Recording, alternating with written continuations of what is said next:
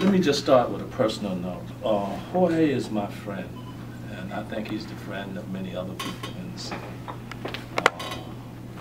Since he's been locked up, some of us, many of us in this room have tried to offer him what friends do for one another. Some assistance, some help to keep his canteen going. We've tried to look to some degree after his family. I've taken his daughters up to Farmville to visit with him, and I've visited with them. We don't think that this case is about the criminal behavior of the Latin Kings, although some of them broke the law.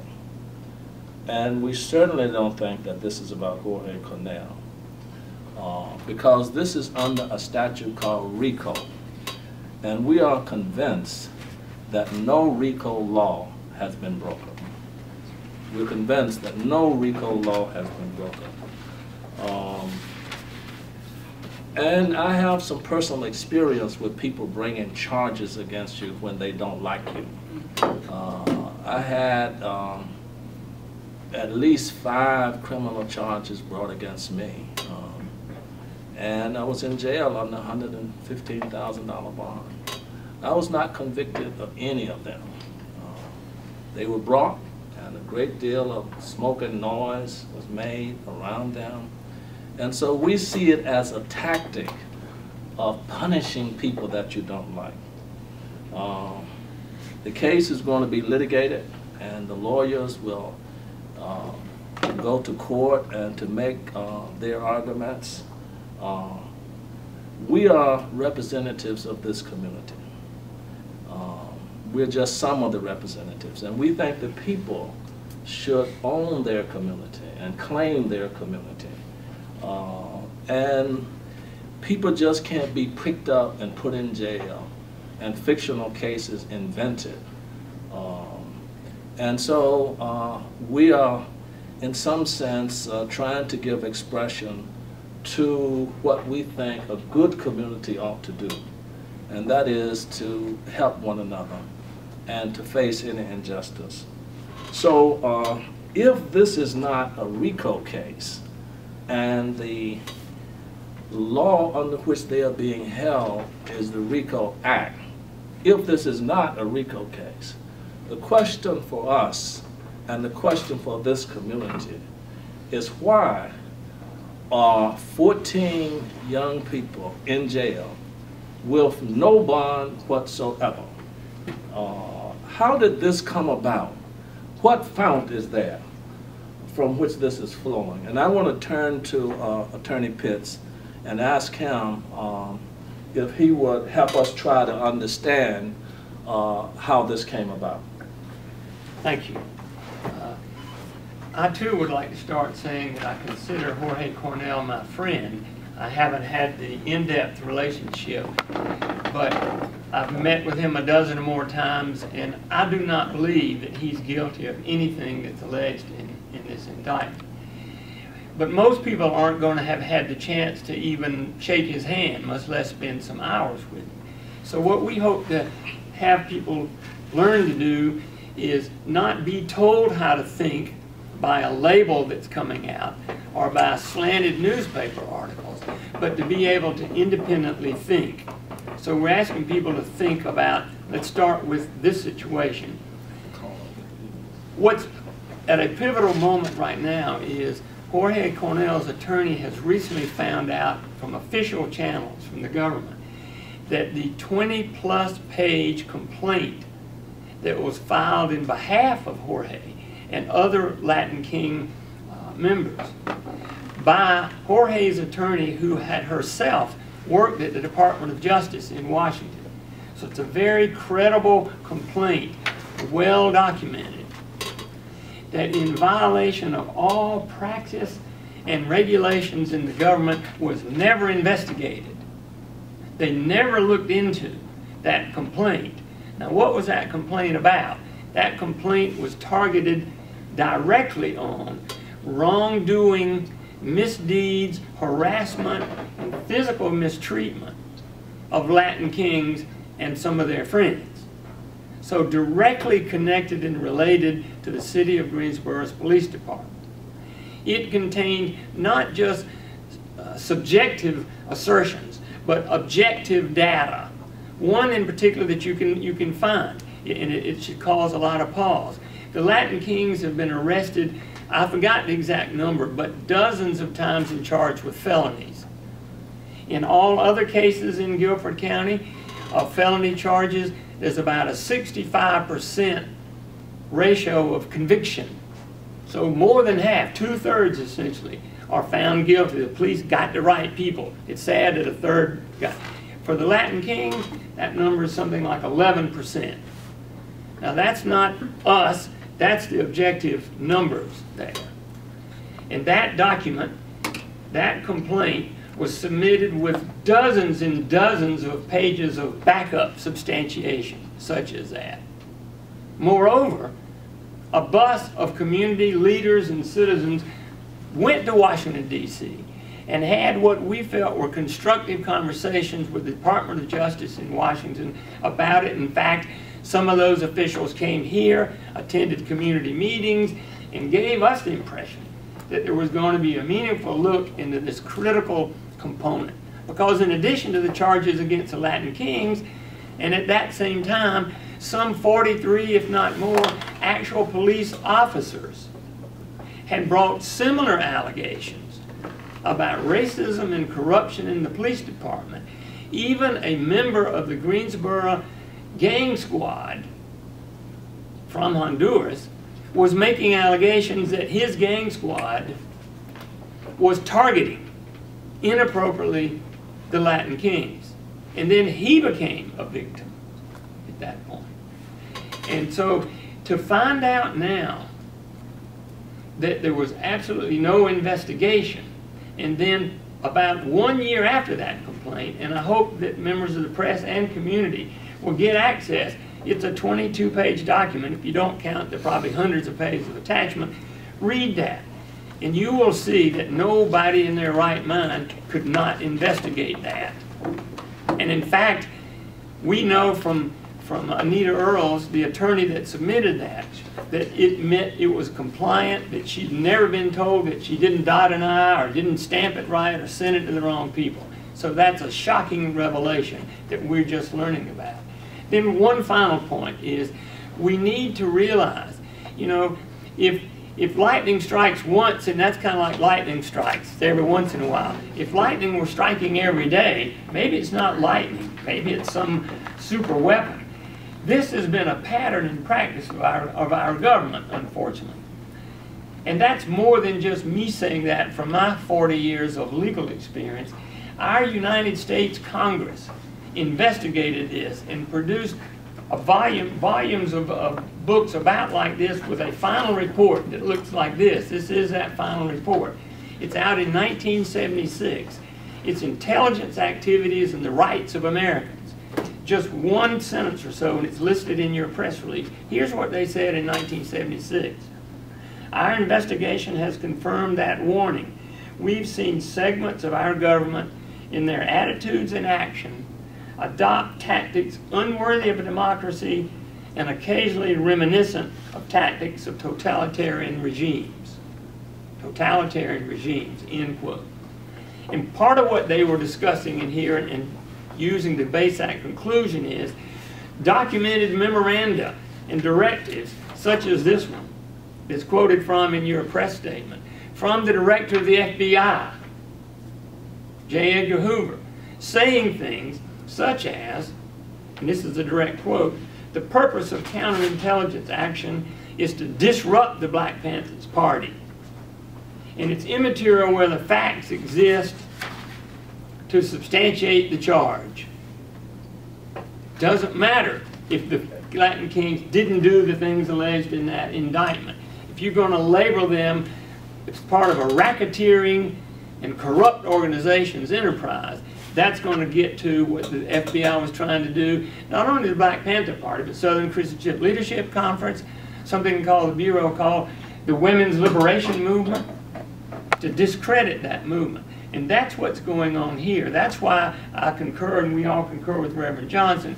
This really is not about what Jorge did and did he do some murder that they don't have any evidence to support at all. It's about us as citizens ending these totalitarian times. You must cease and stop that. 3 years later, right here in Greensboro, the police department with federal agents, including the FBI, carry out the Greensboro massacre. And another quick parallel on that. What were the people that were murdered and injured? They were labor organizing. They were seeking racial and economic justice. They were opposing the Klan.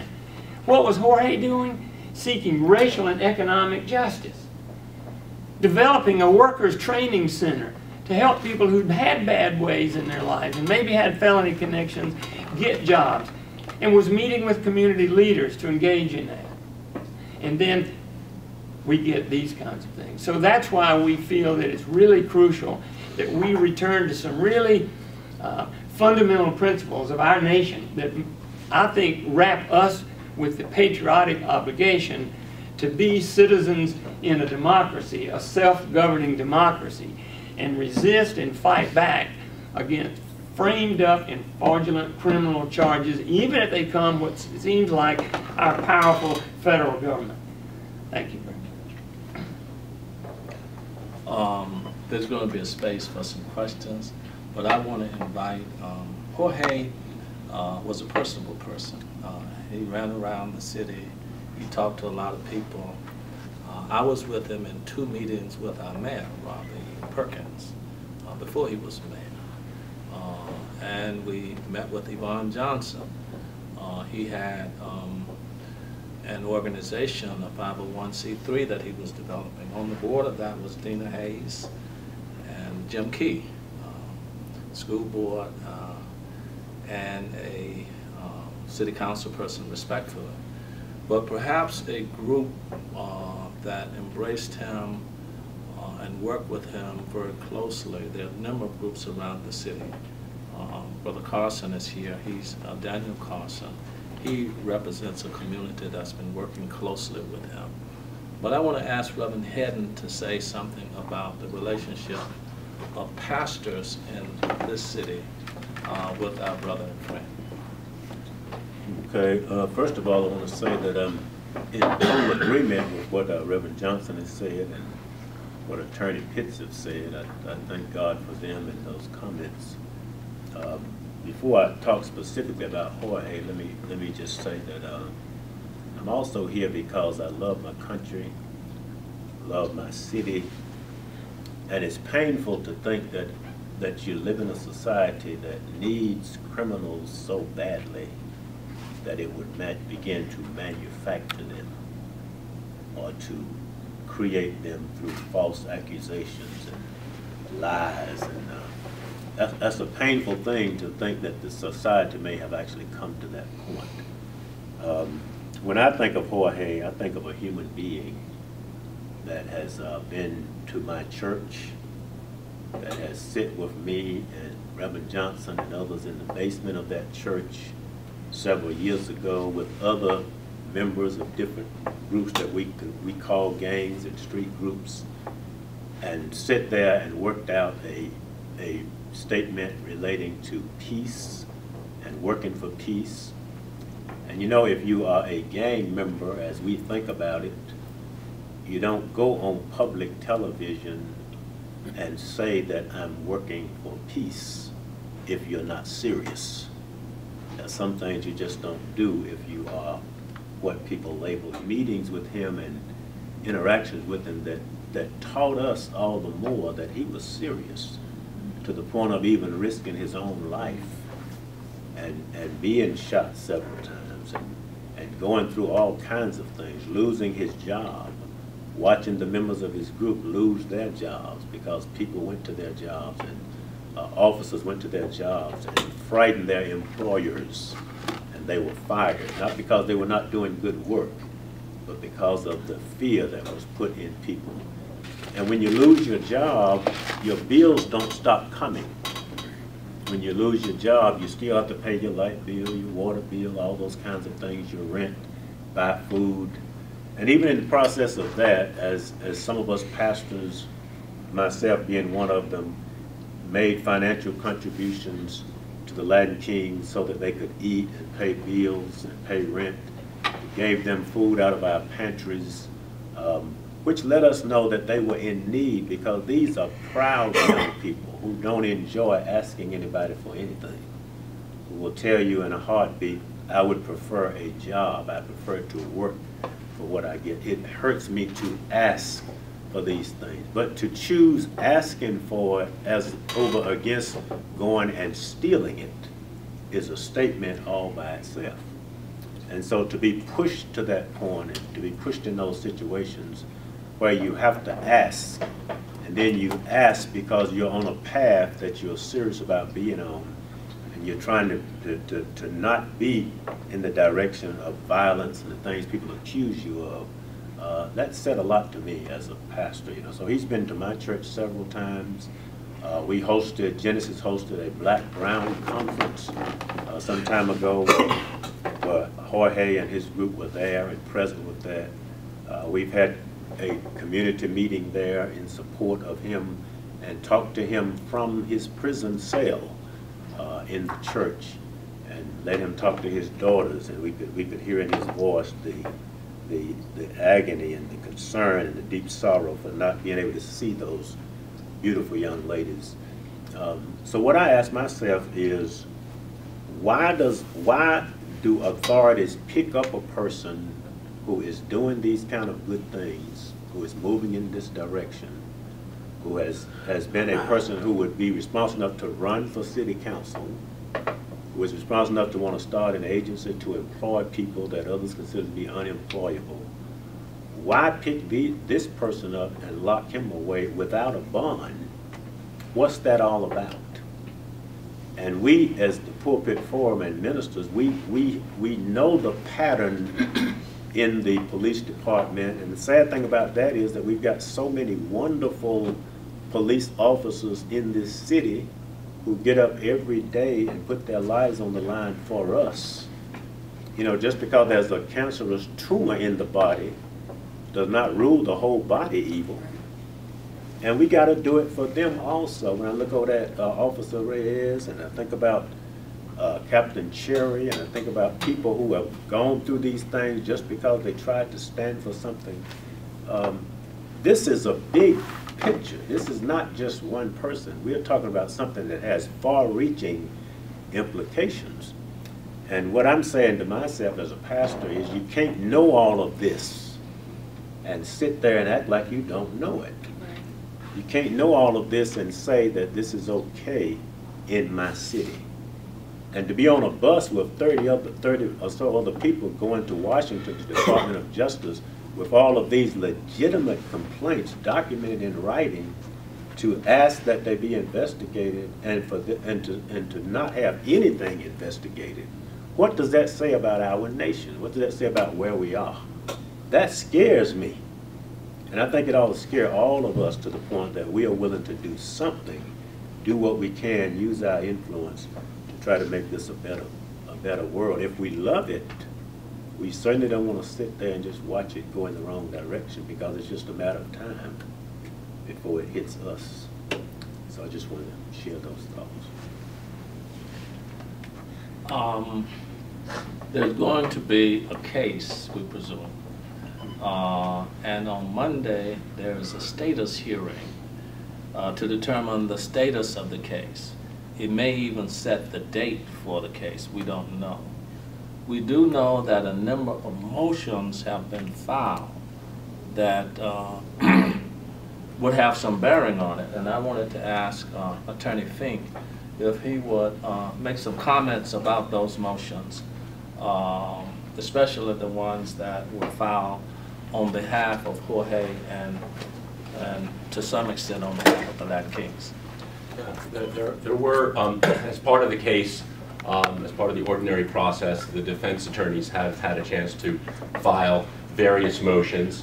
Some of these are just procedural in nature, but a couple that I think are worth highlighting because they really go to the issues that my friends have been speaking of, and the fact that this case is not a case about alleged criminal acts by specific people in a particular city, but really is an instance of a much broader pattern of repression and retaliation and intimidation against any kind of dissent, any kind of resistance to oppression that we see not just here in Greensboro, but throughout this country.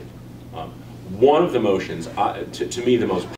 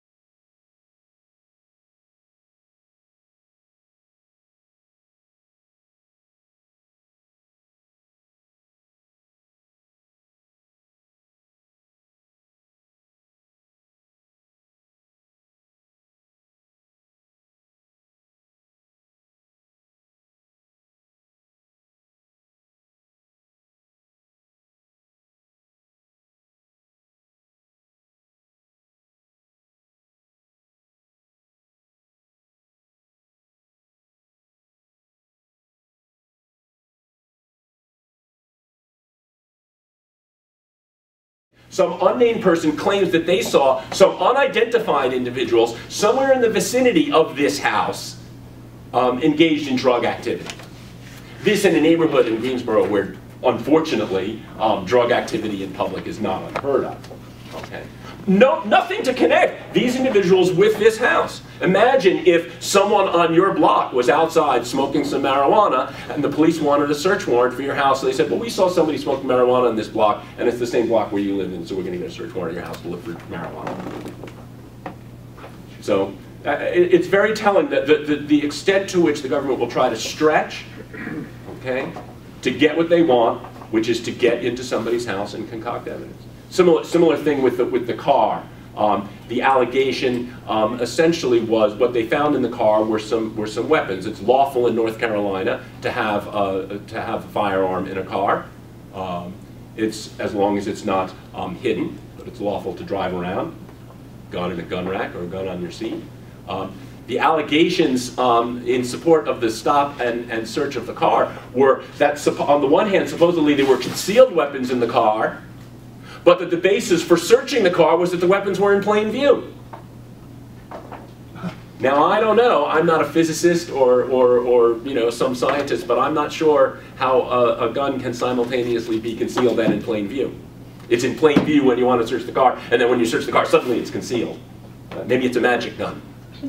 I don't know.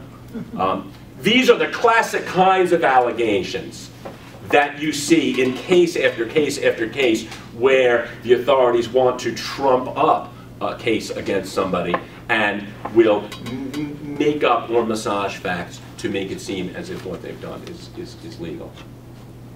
There are various, as I say, there are various other motions, but those I think are the two most significant because I think they highlight the real problems and the real political nature of this case.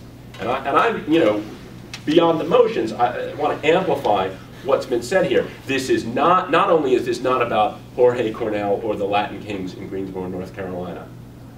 It's not only about the city of Greensboro and the city of Greensboro Police Department, which is rife with problems.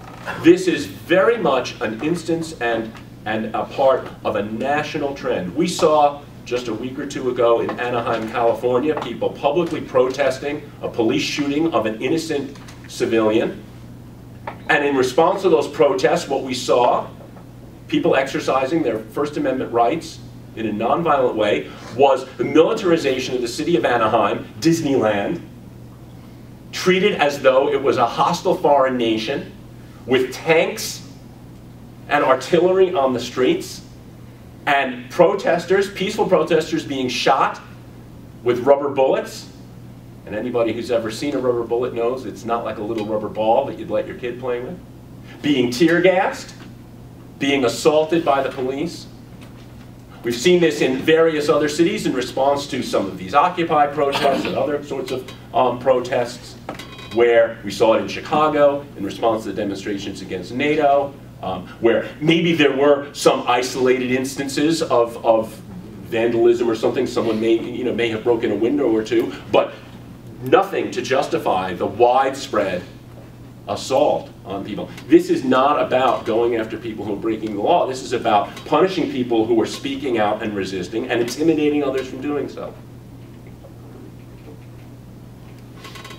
Thank you. Let me add that the motions that Attorney Fink referenced are on the Beloved Community website. You can go there and read them for yourself. They're also on a number of other websites.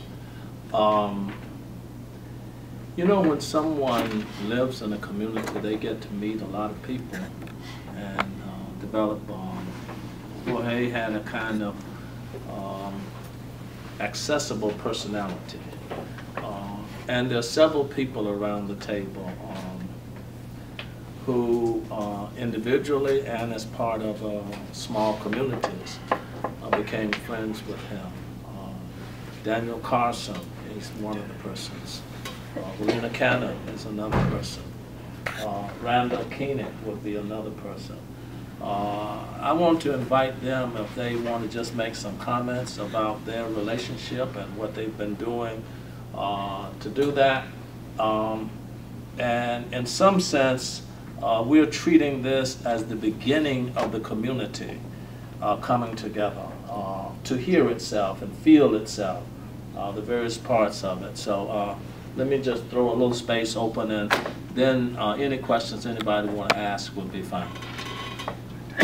I met Jorge, really liked him, was involved with him around when he was calling for the black and community, black, white, Hispanic community to come together. Actually, he had a cookout at my house, in my yard, for that purpose. And at the time, 2 14-year-old black teens was working with my son Kwame. He was trying to get them out of that. They came to that picnic, and today they're back in school. They left that. They're back in school. So I kind of wonder if Hayho wasn't picked up and could continue the kind of work he was doing. The one with the getting people jobs, the one he was working with young people, how much more or where we would be today. But that's been taken away, and that's important work he was doing. And again, I could see some of the harassment. I remember 11 o'clock one night, Reverend Johnson and I went and took Hayho because the police was putting out through kind of ways that there was a warrant for him. And we went to the police station, and the magistrate tried everything. The gang squad, they didn't have one. This police department thing didn't have one. They didn't have anything on him. So I know how they can do from that, but also from years living here in Greensboro. So we have to fight those things back, and it's a good thing the community is coming together, because like Reverend Hedden says, I'm really frightened of where we're going. I mean, some of the things he mentioned, but also if you look at the news and see people stopping you from voting and changing, all this stuff is connected, and we have to get busy again to push that back. I met Jorge through the community forum that happens at Beloved Community each Wednesday. And it was shortly after the incident just described, where you know, he found out through other folks that the police were looking for him for a warrant, and he called Reverend Johnson, and you all went down, and there's no warrant. So they sent him home, but the next day or so, all of a sudden there's a warrant that is created to support what they're already doing. Jorge was a good and kind man, doing the best he could to try to lead a community of young adults who, you know, out of a struggle for life where they might have found themselves doing things they shouldn't do, into a life of employment and school and hope.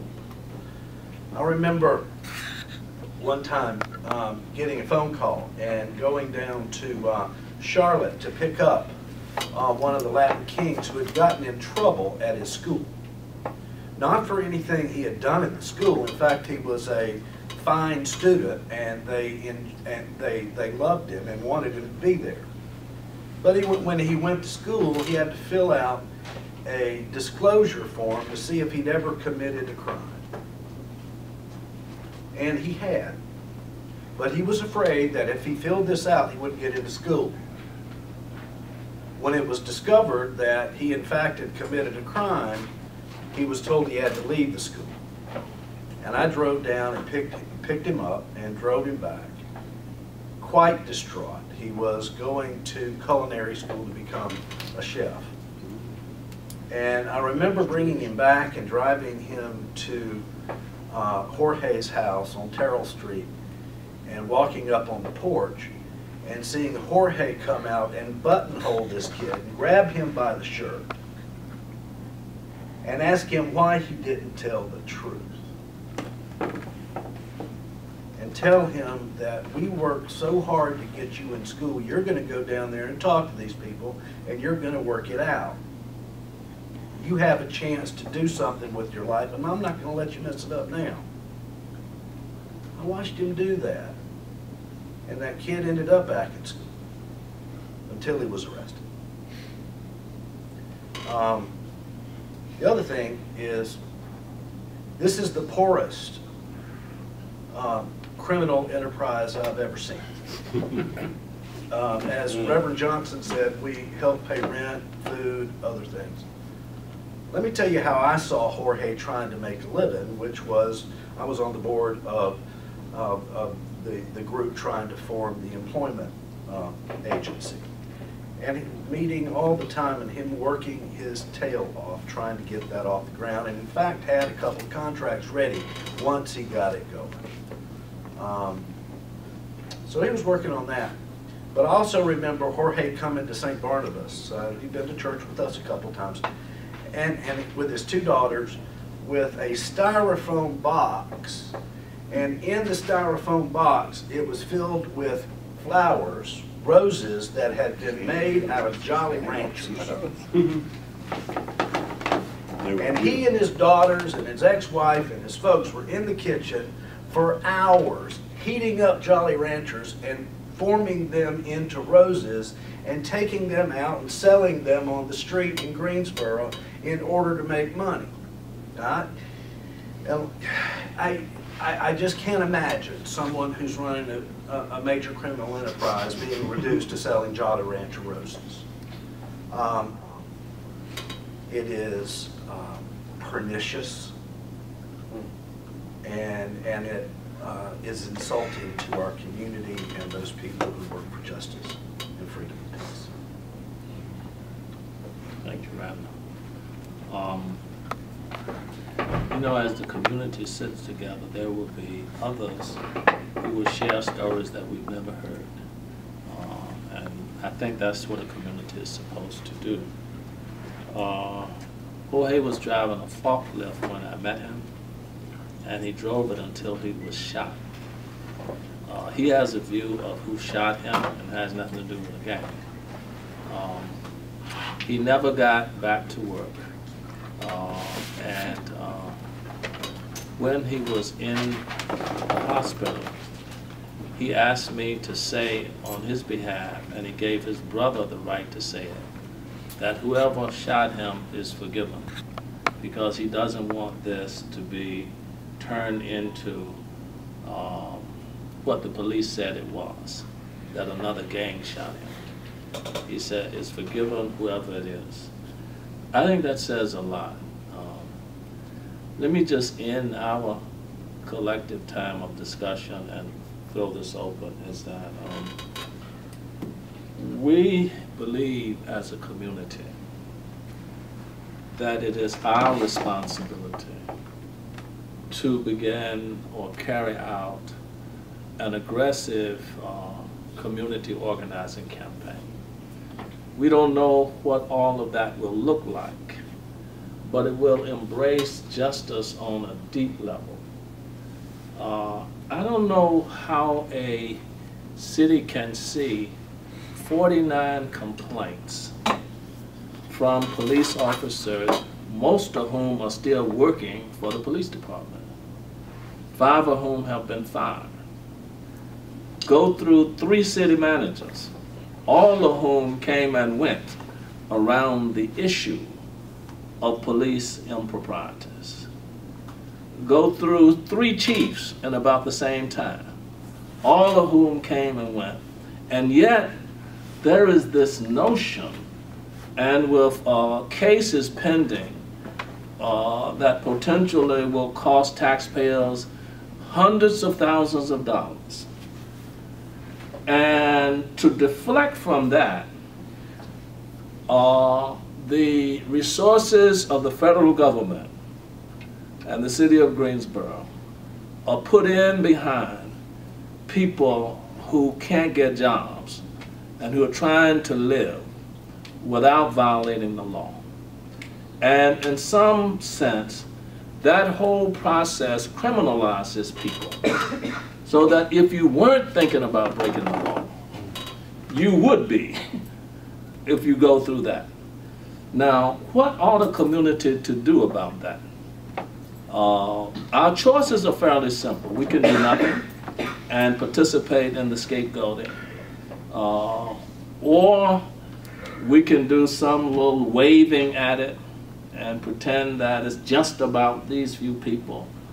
Or we can identify that we all have problems, we all have shortcomings, but there is a headquarters in this city. I don't think the mayor runs the city. I don't think the city council runs. They come and go. What stays is a culture of corruption located within the police department. That's what stays. Chiefs come and go. City managers come and go. But that group and that culture stays there.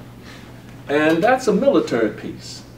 And one of the great dangers in the world is when people through fear give up their democratic rights and cower down to military rule.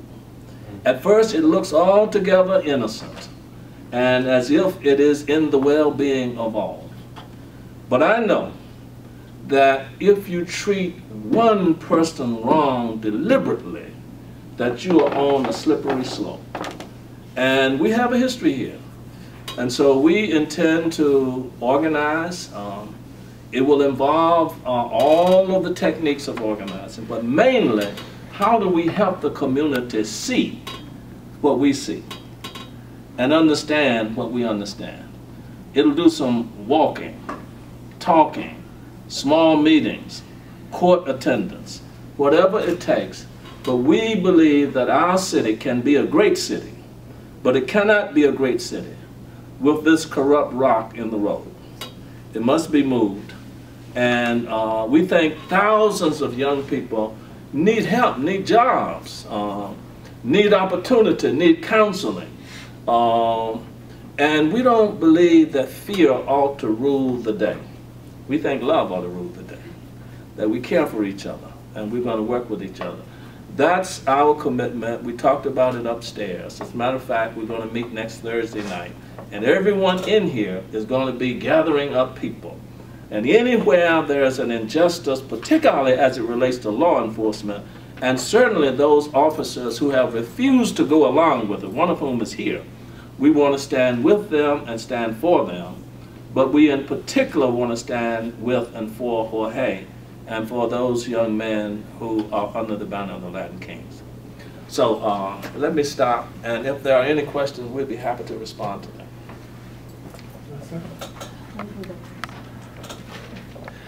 Oh, I can if you want. See, the government's correspondence with Jorge's lawyer, the government says they don't want Jorge's lawyer to share the discovery materials with Jorge because they have some concern that they will get to Jorge's supporters, and the government alleges that the supporters have, I'm not sure if my language is exactly right, but basically threatened or endangered those who are perceived as cooperating with the government through publicly withdrawing support. And given that characterization of the support committee, I don't know exactly who the individuals are, but I wondered if they would want to respond to the government's characterization of their support activities as threatening or endangering individuals. Sure. Yeah, in motions and in various documents, the federal government is claiming that we are threatening and intimidating potential witnesses or people that have decided to plea out and are not cooperating with the state against Jay. And our threats that they're claiming are threats can be viewed publicly on our own blog that we maintain. It's aokqnsupport.com. And on there's one specific entry that they're referring to where we publicly announced that 3 co-defendants who have now pled out and have turned state's evidence We basically told everyone publicly that we will no longer morally, emotionally, economically support them through giving them money on the canteen, because we feel like they are endangering the safety of people who are fighting this bigger injustice. You can read it for yourself on the blog. We took a lot of care in writing it. We talked to everyone before we put it up. We discussed, how we wanted to word it, because we wanted to get out there more about how the system is punishing people and the system is turning people who used to love each other against each other for the interest of getting a conviction. And yeah, even Patrick, Jay's lawyer, responded to that assertion of threats in one of his motions, where he said basically, if you're referring to this post and claiming that this is a threat, that I think he either used the word insane or ludicrous. So yeah, it's public. You can read it for yourself. There's no threats. There's no threats in the post at all. It's all about love, caring, and supporting people who are facing tremendous odds. Thanks. Let's try another take on that. Since there are no threats, why would the government not want to give them the documents? Because he could sit down with it and read it, since he had a lot of time, and make marks on it, and indicate to his lawyer all of the things in it that are not true, half true, out of context. He would have access to it to do all of that. But if you can only read the document when your lawyer is with you, and he's 3 hours away, and he's got other cases, and he can't get to you but every 2 times a month or something like that, it actually undermines the preparation of a credible case. I think that's one of many things that the government is doing, that you can rightly say that the government is obstructing the process of justice itself. That's what I think it means. And the lawyers here can say that in some much better words, but that's what I see. It has nothing to do with a threat. As a matter of fact, police officers who put on blogs while Jay was not in jail, that the reason why they lost 18 felony charges is because of the witnesses were afraid to come and testify against him. Now, beloved, I say this. There was a charge of them kidnapping a young lady on Halloween night. I was out there in the park. Lewis was with me when they came out there. Guns drawn, who did, and got clear that there was a little teenage spat. The young lady went with her boyfriend, and Jorge wasn't even there.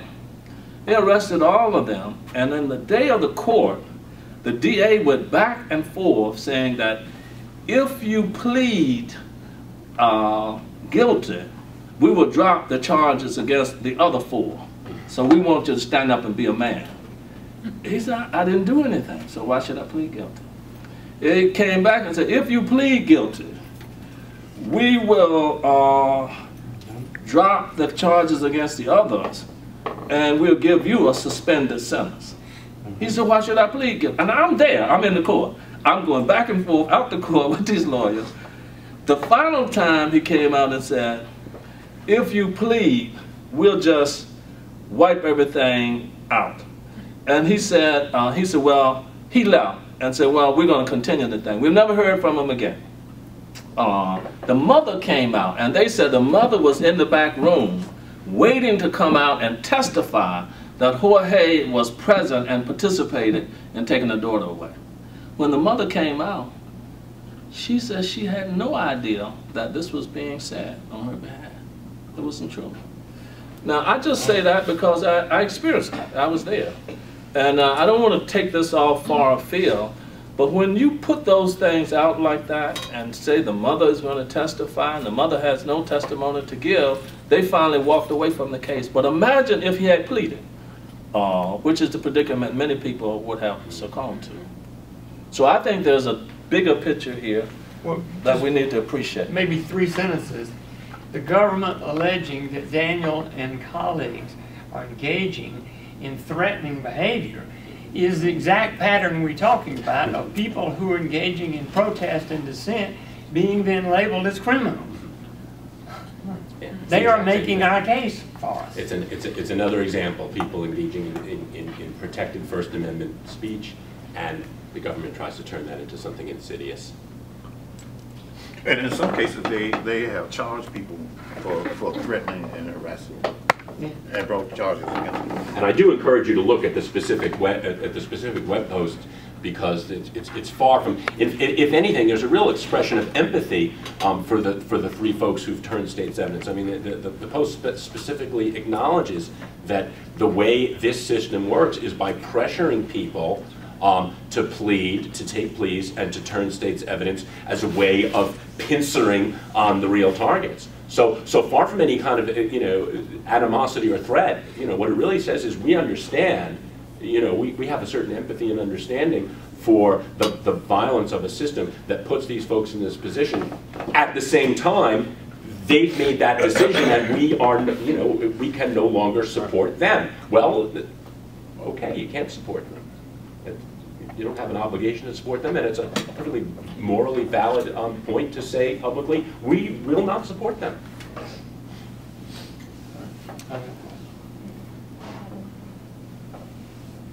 I've got a question about criminal procedure.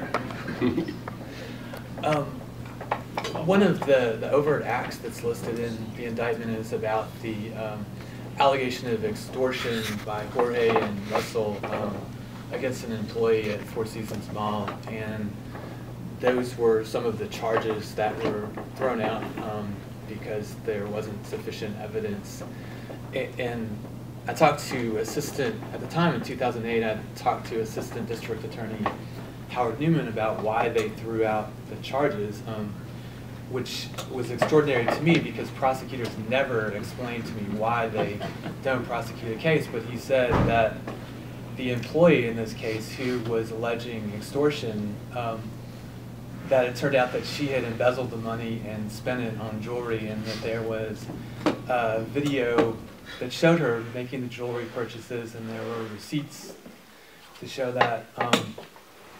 So and I'm getting to the question, but in the motion filed by Jorge's attorney, he's asking for the discovery materials, including the video and the receipts, and the government says, well, I don't know, we'll get you the receipts later, and then they say, we have no knowledge of a video. And so do you have any concerns that that evidence has been destroyed by the Greensboro Police Department, or that the government is illegally withholding exculpatory evidence?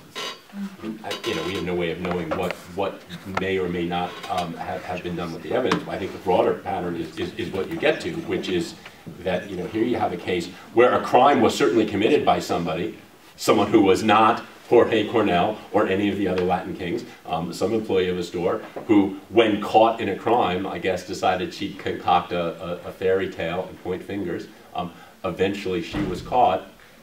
The DA in Greensboro in Guilford County apparently was satisfied that that's what happened, and yet now the federal government are still trying to use this same fairy story, which has no evidentiary basis. So it's there's a specific concern as to whether the evidence does exist and is being withheld. But the broader point is there's no good faith reason for the federal prosecutors to suppose that Jorge had any involvement in this. Yeah. Yeah. So thanks to everyone for coming. I think that God has given us an opportunity to do a good work. And whether one posits God behind any of this or not, we have the opportunity to do it collectively. And I want to encourage all of you to come out on Thursday night of next week at Faith Community Church, where we will discuss a plan. We will know what happened on Monday, all who can, we want to encourage you to go to court on Monday over in Winston-Salem in the federal courthouse. But all of these... What's the time on it? I think 9 o'clock. And you have to not carry a lot of keys and cell phones and things like that. You know, it's... You have to go through security. Go through the security, you know. And they won't, I don't think, keep your cell phone for it. You have to walk back to the car if you bring it in, they're ready to throw it away.